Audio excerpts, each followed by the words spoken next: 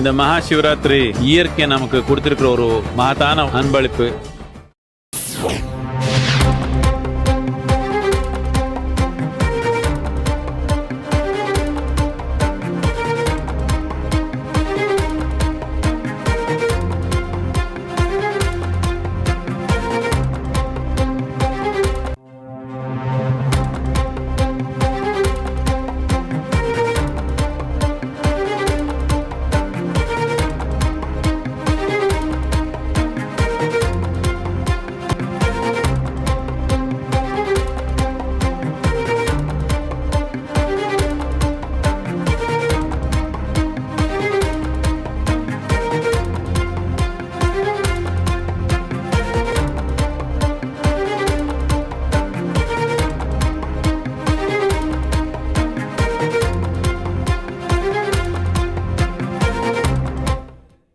முன்னாள் அமைச்சர் செந்தில் பாலாஜியை பழிவாங்கும் நோக்கில் வழக்கு பதிவு செய்யவில்லை என அமலாக்கத்துறை தரப்பில் முதன்மை அமர்வு நீதிமன்றத்தில் பதில் மனு அளிக்கப்பட்டுள்ளது. இதன் கூடுதல் விவரங்களை செய்தியாளர் சுரேஷ் வழங்க கேட்கலாம். சுரேஷ், வணக்கம்.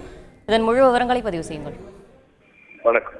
அமலாக்கத்துறை வழக்கிலிருந்து தன்னை விடுவிக்க வேண்டும் என்று செந்தில் பாலாஜி தரப்பில் தாக்கல் செய்திருந்த மனுவுக்கு இன்றைக்கு அமலாக்கத்துறை தரப்பில் பதில் மனு தாக்கல் செய்யப்பட்டிருக்கிறது. அந்த பதில் மனுவில் பழிவாங்கும் நோக்கத்தில் அவருக்கு எதிராக வழக்கு பதிவு செய்துள்ளதாக கூறுவதை ஏற்க முடியாது, அது தவறு என்று அமலாக்கத்துறை தரப்பில் தெரிவிக்கப்பட்டுள்ளது. சட்டப்படிதான் விசாரணை நடத்தி இந்த வழக்கானது பதிவு செய்யப்பட்டிருக்கிறது என்றும், மோசடி குற்றத்தில் செந்தில் பாலாஜிக்கு பங்கு உள்ளதை பல நீதிமன்றங்கள் தெளிவுபடுத்தியுள்ளதாகவும், வழக்கின் முழுமையான சாட்சி விசாரணைக்கு பிறகுதான் அமலாக்கத்துறையால் தாக்கல் செய்த ஆவணங்களை விசாரணை நீதிமன்றம் மதிப்பீடு செய்ய முடியும் என்றும் அந்த பதில் மனுவில் விளக்கம் அளிக்கப்பட்டிருக்கிறது.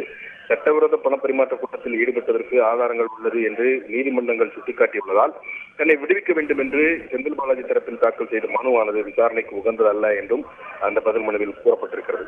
வழக்கின் விசாரணையை துவங்க தயாராக இருப்பதாகவும், செந்தில் பாலாஜியின் ஜாமீன் மனுவை 2வது முறையாக தள்ளுபடி செய்த உயர்நீதிமன்றம் இந்த வழக்கை தினசரி அடிப்படையில் நடத்தி 3 மாதத்தில் முடிக்க வேண்டும் என்று உத்தரவிட்டுள்ளதால் விடுவிக்க வேண்டும் என்று கோரி செந்தில் பாலாஜி தாக்கல் செய்திருக்கக்கூடிய இந்த மனுவை தள்ளுபடி செய்ய வேண்டும் என்று பதில் மனுவில் வலியுறுத்தப்பட்டிருந்தது.